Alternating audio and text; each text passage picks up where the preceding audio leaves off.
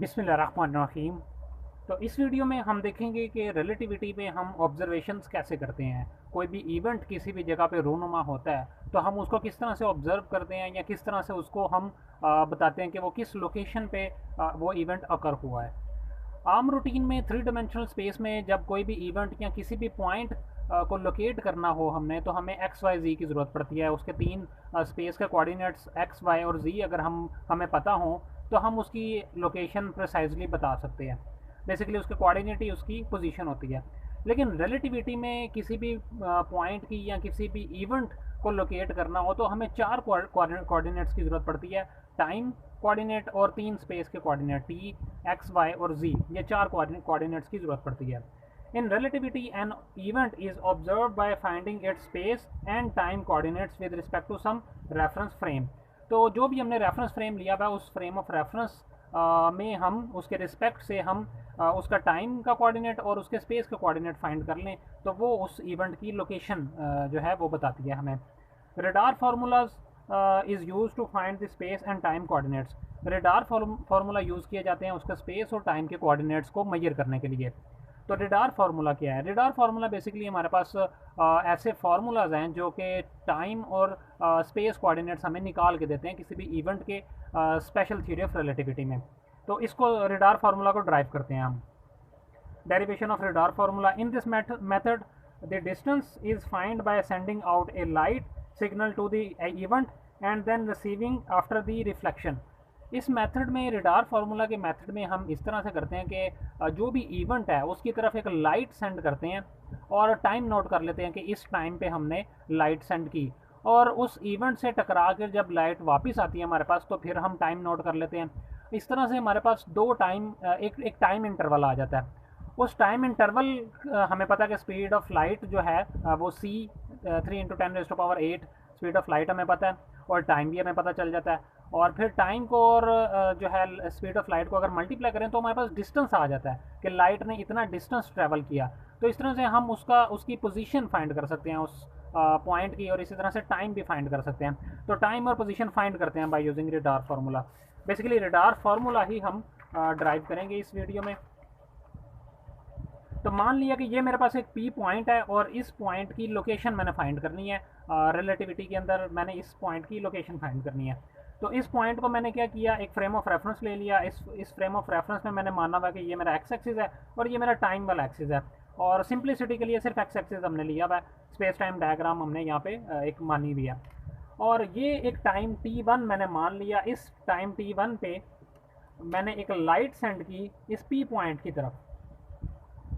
तो ये मैंने एक लाइट सेंड की पी पॉइंट की तरफ, और लाइट इससे रिफ्लेक्ट होके मुझे कुछ इस पॉइंट पे मेरे पास वापस आ गई। तो ये इस टाइम को मैं बोल देता हूँ t1 और इस टाइम को मैं बोल देता हूँ t2। t1 टाइम पे मैंने लाइट सेंड की पॉइंट p पे, और इससे रिफ्लेक्ट होके जब मेरे पास दोबारा लाइट आई उस टाइम को मैंने बोल दिया टाइम t2। अगर मैं देखना चाहूँ कि ये डिस्टेंस कितना है मेरे पास तो फिर मुझे कुछ ऐसा करना पड़ेगा, मुझे ये टाइम इंटरवल पहले फाइंड करना पड़ेगा कि कितना टाइम लगा लाइट को जाने में। लाइट को जाने में कितना टाइम लगा, टाइम t2 माइनस t1 कर दूंगा तो मेरे पास ये इंटरवल आ जाएगा जितना ये टाइम लाइट को जाने और आने में लगा। अब चूंकि मैंने तो डिस्टेंस सिर्फ ये डिस्टेंस फाइंड करना है, जो मेरे पास टाइम आया हुआ है वो जाने और आने का दोनों का टाइम है। तो मैं अगर इसको 2 पे डिवाइड कर दूं तो मेरे पास हाफ टाइम आ जाएगा जो कि इतना टाइम होगा, सिर्फ और सिर्फ जाने का टाइम होगा। और इसको अगर मैं स्पीड ऑफ लाइट से मल्टीप्लाई कर दूं तो मेरे पास डिस्टेंस आ जाएगा लाइट ने कितना डिस्टेंस ट्रैवल किया। यही काम मैंने यहाँ पे किया हुआ है। t2 माइनस t1, तो मेरे पास ये टाइम इंटरवल आ गया। 2 पे डिवाइड कर दिया तो मेरे पास हाफ टाइम आ गया, सिर्फ जाने वाला टाइम आ गया। उसको c से मल्टीप्लाई कर दिया तो मेरे पास डिस्टेंस आ गया। इस p पॉइंट की लोकेशन अब मुझे पता चल गई। इस पॉइंट पे ये p इवेंट जो मेरे पास है इस एक्सिस x के इस पॉइंट पे मेरे पास ये पड़ा हुआ है। इसकी वैल्यू मैं इस तरह से फाइंड कर सकता हूँ। अब टाइम, ये किस टाइम पे ये रूनुमा हुआ वो भी हम फाइंड कर सकते हैं।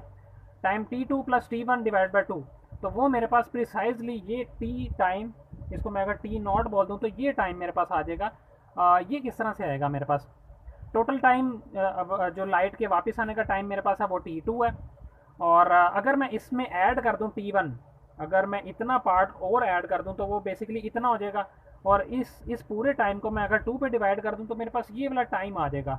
और वो टाइम बेसिकली मेरे पास जो होगा कि इस टाइम पे बेसिकली लाइट यहाँ से जब यहाँ पे गई और यहाँ से जब रिफ्लेक्ट होके मेरे पास आई तो मुझे पता चल गया यहाँ पे कोई ना कोई इवेंट हुआ है। अगर लाइट रिफ्लेक्ट होके ना आती तो मतलब यहाँ पे कोई पॉइंट ही नहीं होना था। ठीक है, तो लाइट रिफ्लेक्ट होके आई तो मतलब यहाँ पे कोई इवेंट है। तो इस इवेंट के होने का टाइम क्या था, जब लाइट इससे टकराई। ठीक है, टकराने के बाद तो बस वो मेरे पास आने का टाइम लगा ना। जब इससे लाइट टकराई तो मुझे पता चल गया कि यहाँ पे इवेंट हो गया है, तो वो इवेंट के अकर होने का टाइम ये था। तो T2 plus T1 divide by 2, तो वो मेरे पास जो है उस इवेंट का टाइम आ गया। अब आप बोलेंगे, आप सोच सकते हैं कि यहाँ पे मैंने T2 माइनस T1 किया हुआ और यहाँ पे T2 प्लस T1 किया हुआ है। अगर आप देखें तो T2 माइनस T1 बेसिकली मैं ये इंटरवल फाइंड करना चाह रहा था, यहाँ से लेके यहाँ तक। ये इंटरवल हमें T2 माइनस T1 बेसिकली ये इंटरवल निकाल के दे रहा था, जबकि इसमें मैंने इस पॉइंट की वैल्यू फाइंड करनी है, ना कि मैंने इंटरवल फाइंड करना है। जब इंटरवल फाइंड करते हैं हम तो इसी तरह से करते हैं, फाइनल माइनस इनिशियल, तो हमारे पास वो इंटरवल आ जाता है। लेकिन जब इन दोनों पॉइंट के दरमियान वाली वैल्यू हमने फाइंड करनी होती है तो फिर हम एवरेज लेते हैं। ठीक है, तो फिर हम एवरेज लेते हैं। मान लें इसको मैं एक एग्जाम्पल से समझाता हूँ। मान लें कि ये मेरे पास ओरिजिन है 0, ये 1 है, ये 2, 3, 4 और ये मेरे पास 5 है। ये टाइम चल रहा है सेकंड्स में, ये 1 सेकंड, 2 सेकंड, 3, 4 और 5। अब लाइट मैंने 1 सेकंड पे सेंड की और 5 सेकंड पे मुझे आके रिसीव हुई। इंटरवल कितना हो गया, 5 माइनस 1 4, 4 डिवाइड बाई 2, तो 2 सेकंड लाइट को जाने में लगे। अब अगर मैं पूछूं कि किस टाइम पे ये रूनुमा हुआ, तो 3 सेकंड पे, थर्ड सेकंड था उस टाइम पे ये इवेंट रूनुमा हुआ, 2 पर नहीं। इसको डिवाइड करने से मेरे पास 2 आ रहा है, लेकिन इसको सॉल्व करने से मेरे पास 3 आ रहा है। एग्जैक्टली वो टाइम जब ये इवेंट रूनुमा हुआ है मेरे पास, थर्ड सेकंड पे ये इवेंट रूनुमा हुआ, और ये मुझे फॉर्मूला ये थर्ड सेकंड निकाल के दे रहा है। ये देखें, 5 T2 की जगह रखा 5, T1 की जगह रखा 1, तो 5 प्लस 1 6 डिवाइड बाई 2, तो ये मेरे पास आ गया 3। और मुझे ये टाइम बिल्कुल एग्जैक्टली वही निकाल के दे रहा है जिस टाइम पे ये इवेंट रोनमा हुआ। लेकिन यहाँ पे मुझे इंटरवल चाहिए था कि टोटल टाइम कितना लगा जाने और आने में। तो इंटरवल जब भी हम फाइंड करते हैं तो फाइनल माइनस इनिशियल, और जब हमने सेंटर वाली वैल्यू फाइंड करनी होती है तो फिर हम एवरेज लेते हैं आमतौर पे। तो ये हमारे पास है रेडार फार्मूला, और इन रेडार फार्मूला की मदद से ही हम किसी भी इवेंट को मेजर करते हैं या किसी भी इवेंट को लोकेट करते हैं स्पेशल थ्योरी ऑफ रिलेटिविटी में, जिस तरह से अभी हमने किया। और ये 2 फार्मूला कहलाते हैं रेडार फार्मूला। नेक्स्ट वीडियो में इंशाल्लाह हम फाइंड करेंगे के फैक्टर।